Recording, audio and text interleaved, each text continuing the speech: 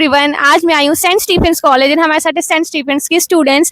And जैसे कि बहुत सारे स्टूडेंट्स हैं जो सीयूटी की तैयारी कर रहे हैं एंड उन्हें नहीं समझ आ रहा है कि सीयूटी की लास्ट 3 मंथ स्ट्रैटेजी क्या होनी चाहिए जिससे कि वो सेंट स्टीफेंस या फिर नॉर्थ कैंपस के टॉप कॉलेजेस में एडमिशन ले सके। तो हमारे साथ है आदित्य और अजय। तो वो अपनी इन डेप्थ स्ट्रैटेजी बताएंगे कि उन्होंने कैसे मेहनत करी इतनी कि फर्स्ट अटेम्प्ट में दैट इज क्लास 12 के साथ साथ उन्होंने सीयूटी फोड़ा है एंड सेंट स्टीफेंस जैसे टॉप कॉलेज में एडमिशन लिया है। हेलो एवरीवन, मेरा नाम आदित्य है और मेरा कोर्स भी इंग्लिश ऑनर्स है। अभी मैं सेकंड ईयर में हूँ।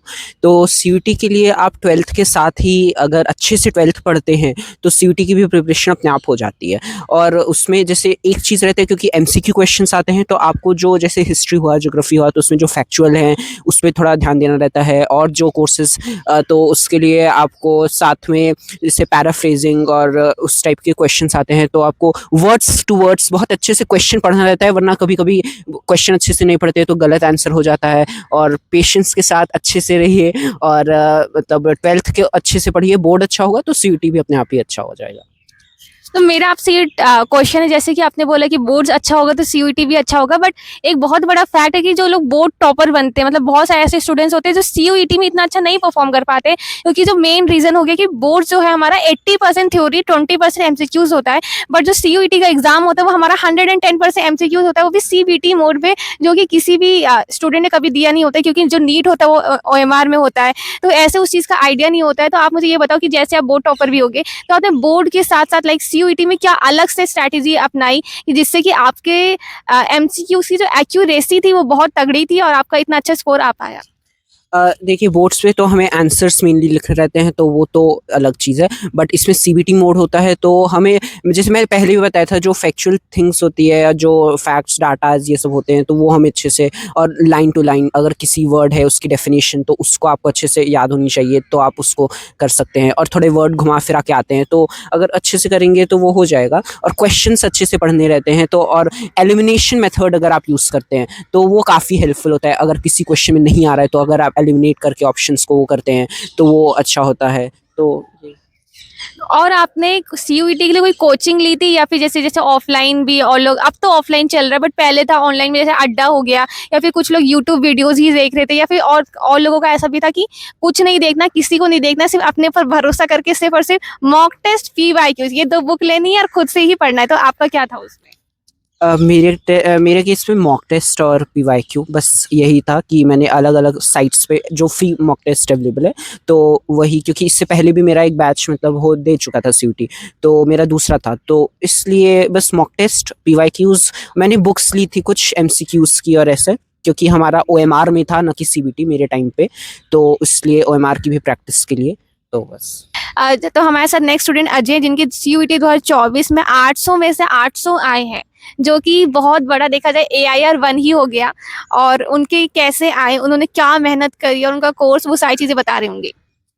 हेलो गाइस, मेरा नाम अजय नारायण है और मैं करंटली बीए संस्कृत ऑनर्स कर रहा हूँ सेंट स्टीफेंस कॉलेज से। 2024 सीयूईटी में मेरे 800 आउट ऑफ 800 थे और मेरे जो डोमेन सब्जेक्ट जो मैंने चूज़ किए थे वो हिस्ट्री, पॉलिटिकल साइंस, ज्योग्राफी और संस्कृत लैंग्वेज, ये मेरे डोमेन 4 सब्जेक्ट थे जिनमें 200 मार्क्स के उस टाइम पे होते थे, तो 800 आउट ऑफ 800 इन सब में आए थे। और प्रिपरेशन की अगर बात करें तो जैसा कि आदित्य ने भी बताया हमें कि बोर्ड के साथ ही आपकी प्रैक्टिस हो जाती है, लेकिन क्या होता है कि जैसा आपने भी बताया कि बोर्ड के लिए सब्जेक्टिव प्रिपरेशन करते हैं, लेकिन हमें सीयूईटी के लिए उसी को ऑब्जेक्टिव फॉर्म में करना होता है। अगर स्ट्रेटेजी की बात मैं कहूँ, अगर आप साथ में बोर्ड के साथ में सीयूईटी की प्रिपरेशन करना चाह रहे हैं, अलग से सीयूईटी की प्रिपरेशन नहीं कर रहे हैं, तो जो आप टॉपिक सब्जेक्टिव रूप में पढ़ रहे हैं उसी को आप टॉपिक वाइज उसको ऑब्जेक्टिव रूप में साथ में करते चले, क्योंकि बोर्ड में भी आपके जो स्टार्टिंग के 10 क्वेश्चंस हैं तो वो तो आपके एमसीक्यू टाइप ही होते हैं। तो अगर आप एमसीक्यू प्रैक्टिस अपने बोर्ड के लिए भी करना चाहते हैं और साथ में सीयूईटी के लिए, तो ये एक स्ट्रेटेजी होती है कि आप बोर्ड के लिए जब प्रिपरेशन कर रहे हैं तो साथ में उसी के एमसीक्यू टाइप हर एक टॉपिक वाइज, हर एक चैप्टर वाइज आप करते रहें। तो ये मैं कहना चाहूँगा। और हिस्ट्री और पॉलिटिकल साइंस, ये 2 ऐसे सब्जेक्ट हैं जिनमें एनसीईआरटीज़ में डेट्स काफ़ी ज़्यादा रहती हैं, तो हमें डेट्स जो हैं वो अलग से लिख लेनी चाहिए एक पेज पर। और जैसे कि मैंने बोला कि मैं अपना कोर्स साइंस से मैंने आर्ट्स में आया था, तो बहुत से बच्चों का डाउट रहता है कि कोर्स स्विच करने का ऑप्शन रहता है, तो मैं बोलूँगा हाँ, यूनिवर्सिटी ऑफ दिल्ली आपको कोर्स स्विच करने का ऑप्शन देता है। तो सबसे पहले तो मेरा फिजिक्स, केमिस्ट्री, मैथ्स तो बताता हूँ कि मेरी स्ट्रेटजी क्या था पढ़ने का।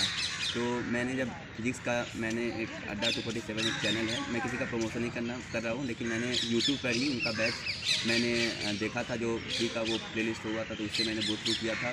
फिर मैंने जो वीडियो को देखा, फिर जो एनसीईआरटी का क्वेश्चन होता है तो मैंने उससे किया, हाँ, और मैं एनसीईआरटी जो फिजिक्स का होता था उसको भी मैं पढ़ता था, क्योंकि बहुत से बच्चे वो नहीं करते हैं। जो कंसेप्ट रहता है जो फिजिक्स का, तो जैसे अब स्टेटमेंट बेस्ड सवाल हो गया या ये ट्रू फॉल्स वाला हो गया, तो मैंने उससे कवर किया था।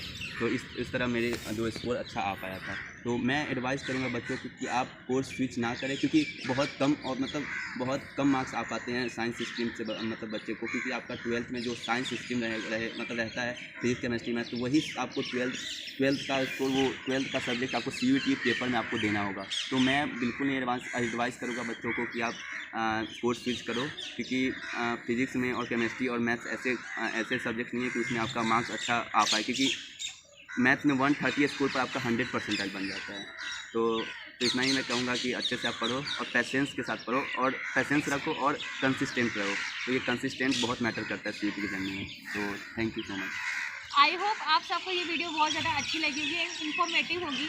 तो कमेंट सेक्शन में बताना कि आपको सेंट स्टीफन की स्टूडेंट से इंटरेक्ट करना, उनकी जर्नी, उनकी गाइडेंस कैसी लगी।